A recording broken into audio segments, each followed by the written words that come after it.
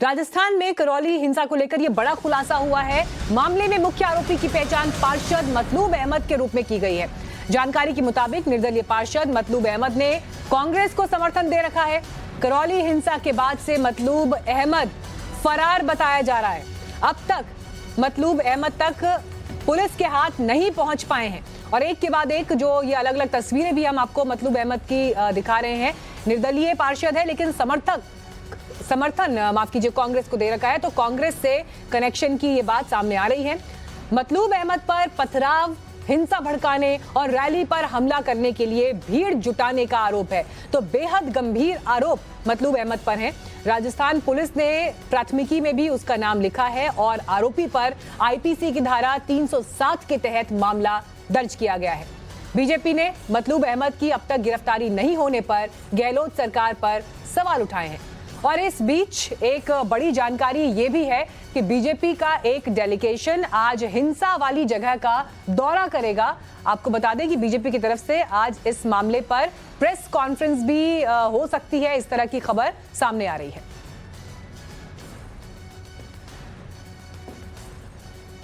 तो इस पूरे मामले की सुई अब आकर अटकी है मतलूब अहमद पर, जिसका कांग्रेस से भी कनेक्शन दिखाई दे रहा है। लेकिन निर्दलीय पार्षद जिसे समर्थन दे रखा था कांग्रेस को, आपको बताते हैं कि यह व्यक्ति आखिर है कौन।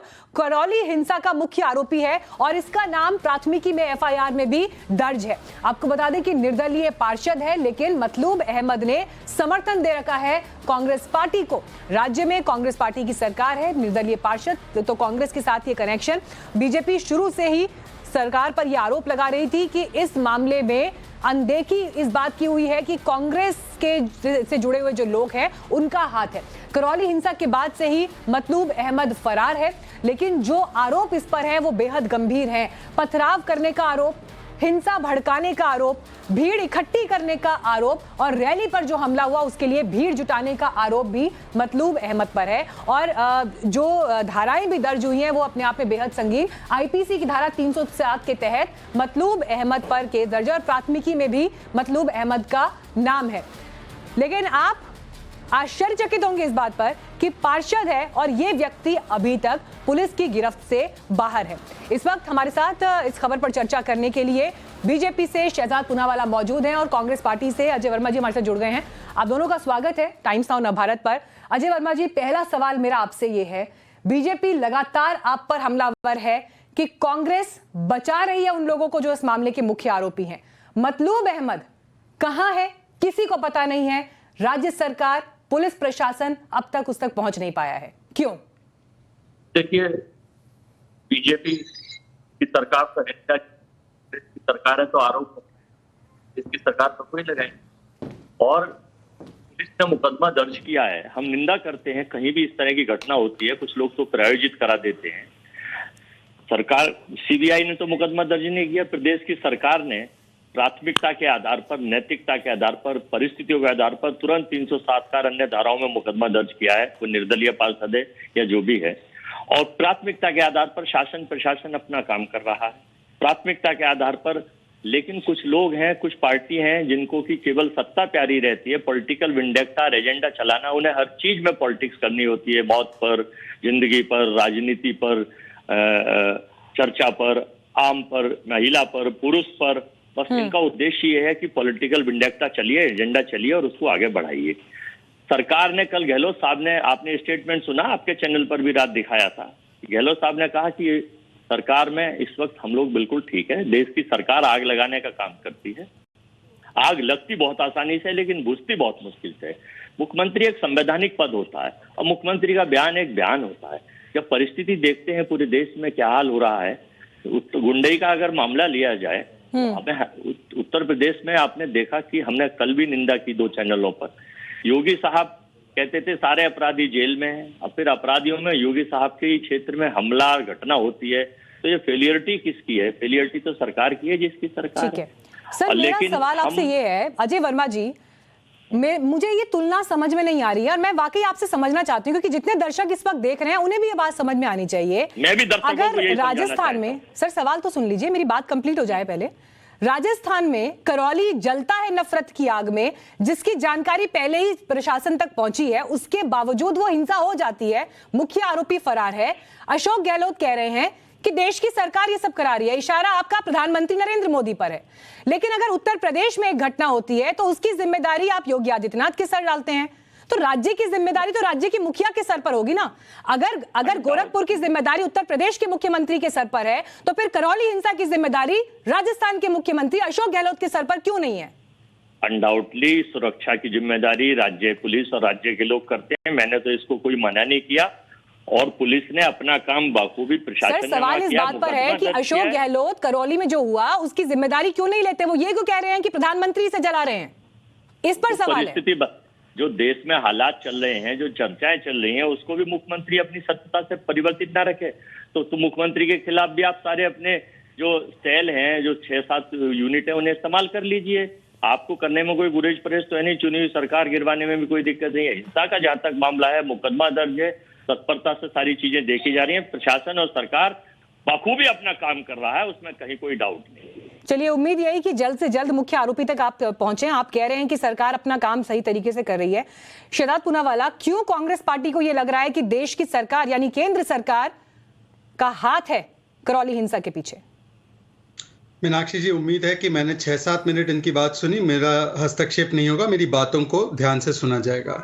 सबसे पहले, कांग्रेस पार्टी का हाथ हमेशा हिंदू विरोधी अपराधियों के साथ, चाहे मालपुरा की घटना हो जहां पर 200 पीड़ित हिंदू परिवारों का पलायन जबरन कराया गया, चाहे बारन के दंगे हो जहां पर हिंदुओं को टारगेट किया गया, चाहे सालासर बालाजी का मुख्य द्वार जिसको तोड़ा गया, राम और सीता जी के जो मूर्तियां हैं उसको ध्वस्त किया गया, या बाबूलाल वैष्णव जैसे साधु संतों को राजस्थान में मारा गया।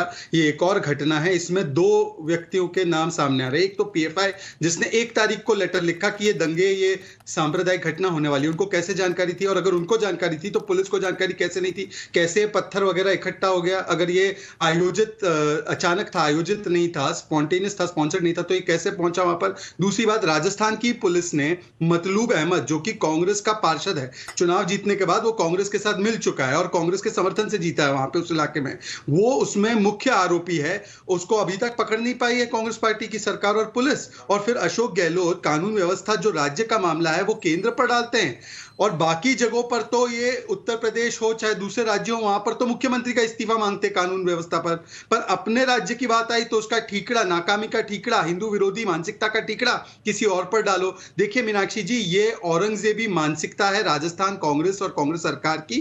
बार बार हिंदुओं पर हमला करना और जो अपराधी है उनके साथ मिलीभगत करके वो हमले होने देना, ये इसके पूरे आपके सामने प्रमाण हाजिर है। और इसीलिए इसमें निष्पक्ष न्यायिक जांच होनी चाहिए। ये राजस्थान की पुलिस जो जांच करेगी इस पर कतई भरोसा नहीं है, क्योंकि ये अपराधी भी नहीं पकड़ रहे और यहां पर बैठकर अपनी पीठ थपथपा रहे हैं। तो जो पीठ थपथपा रहा है वो पूछना चाहिए कि पीएफआई की मार्च 17 मार्च को निकली तो वहां पर उनकी मार्च को तो पूरी इजाजत दी जाती है, पर हिंदू कम्युनिटी अपनी शोभा यात्रा नहीं निकाल सकती है।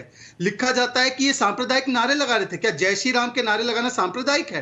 क्या भारत माता की जय के नारे लगाना सांप्रदायिक है? और उस पर पथराव हो जाता है, ये जिहादी तत्व पथराव करते हैं तो उनका संरक्षण करती है राजस्थान की सरकार। अभी तक अपराधी को पकड़ नहीं पाए। आरोप शहजाद पूनावाला कांग्रेस पार्टी की तरफ से बीजेपी पर यह है कि एक मामला जो कानून व्यवस्था से जुड़ा है, जहां पर एक प्रशासनिक फेल्योर दिखाई देता है, उसे आप सांप्रदायिक रंग देने की कोशिश कर रहे हैं। बार बार उसे हिंदू विरोधी बताते हुए आप सांप्रदायिक रंग देने की कोशिश कर रहे हैं, क्योंकि यह मामला आपकी पॉलिटिक्स को सूट करता है। मीनाक्षी जी, ये जो शोभा यात्रा निकली वो हिंदुओं के नववर्ष के इस पे अवसर पर निकाली थी। उसमें परमिशन पुलिस से ली गई थी कि हम इस रूट पे निकालने वाले हैं। पीएफआई का 1 तारीख को लेटर आता है कि भगवा रैली होने वाली है और इसमें सांप्रदायिक घटनाएं हो सकती है और इस पर यह हो सकता है, हिंसा हो सकती है। ये उन्होंने उसको भगवा रैली का नाम दिया।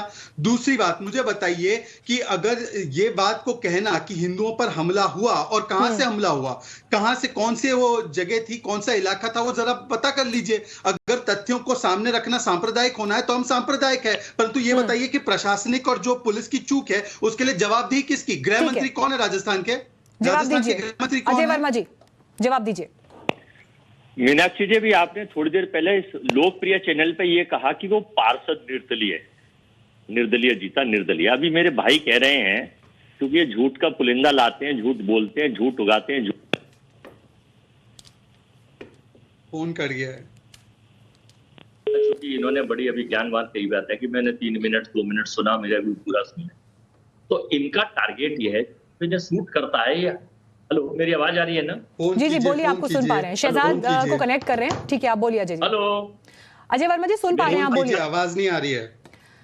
चलिए ठीक है, मैं फिर से दोबारा से ये संपर्क हम आपको करने की कोशिश करेंगे, कुछ नेटवर्क में दिक्कत है। लेकिन जो ये पूरी तस्वीर इस वक्त दिखाई दे रही है, यहाँ पर सबसे बड़ा सवाल जिन लोगों को हिंसा से नुकसान पहुंचा है, जिनके घरों में नफरत की ये आग पहुंची है, उनके प्रति इंसाफ की है। अब इसमें चाहे सत्ता पक्ष है या विपक्ष है, हालात को काबू करने की दिशा में काम होने की जरूरत है। लेकिन देखिए, नफरत की आग को जलते हुए सबने देखा है करौली में। लेकिन हम आपको इस वक्त एक ऐसी तस्वीर दिखाना चाहते हैं जो पूरे हिंदुस्तान को जरूर देखनी चाहिए, क्योंकि ये जो तस्वीर है इसने सुर्खियां बहुत बटोरी। ये इंसानियत की तस्वीर है, फर्ज की तस्वीर है, प्रेम की तस्वीर है। और बशीर बद्र साहब के एक शेर के रूप में कहूं, 7 संदूकों में भरकर दफन कर दो नफरतें, आज इंसान को मोहब्बत की जरूरत बहुत है।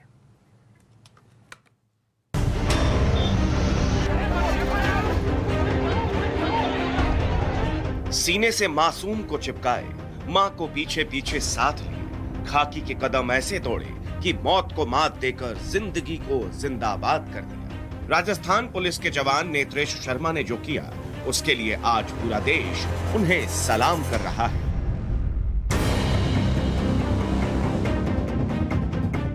जो भी ये तस्वीरें देख जाता है, कुछ पल के लिए ठहर जाता है। कोई उन्हें हीरो बता रहा है, तो कोई देवदूत, कोई फरिश्ता, तो कोई भगवान। नाम चाहे जो दे, लेकिन नेत्रेश शर्मा ने हिम्मत और हौसले की जो मिसाल पेश की है, वो वाकई काबिले तारीफ है। अपनी जान की परवाह किए बिना नेत्रेश शर्मा ने एक जलते हुए मकान में फंसी 2 महिलाओं और एक मासूम की जान बचाई। खुद नेत्रेश शर्मा की जुबानी सुनिए उस खौफनाक मंजर की कहानी। तो फूटाकोट पे 2-3 दुकानें थी जो बहुत जोर जोर से आग लग रही थी, उनमें जल रही थी।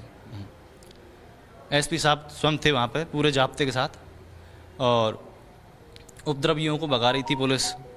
और जो आगजनी हो रही थी वहाँ पे मकानों में आसपास जो लोग थे, उनको सुरक्षित स्थानों पर घरों से निकलने की अपील कर रही थी। कोई आग को बुझाने की कोशिश कर रहा था, सब लोग अलग थे। इस बीच दोनों दुकानें जल रही थी, उनके बीच में एक घर था, उसमें 2-3 महिलाएं और एक महिला की गोदी में एक बच्चा था। वो चिल्ला रही थी, मेरी निगाह उन पर पड़ी तो वो घर आग की लपटों से पूरी तरह घिरा हुआ था।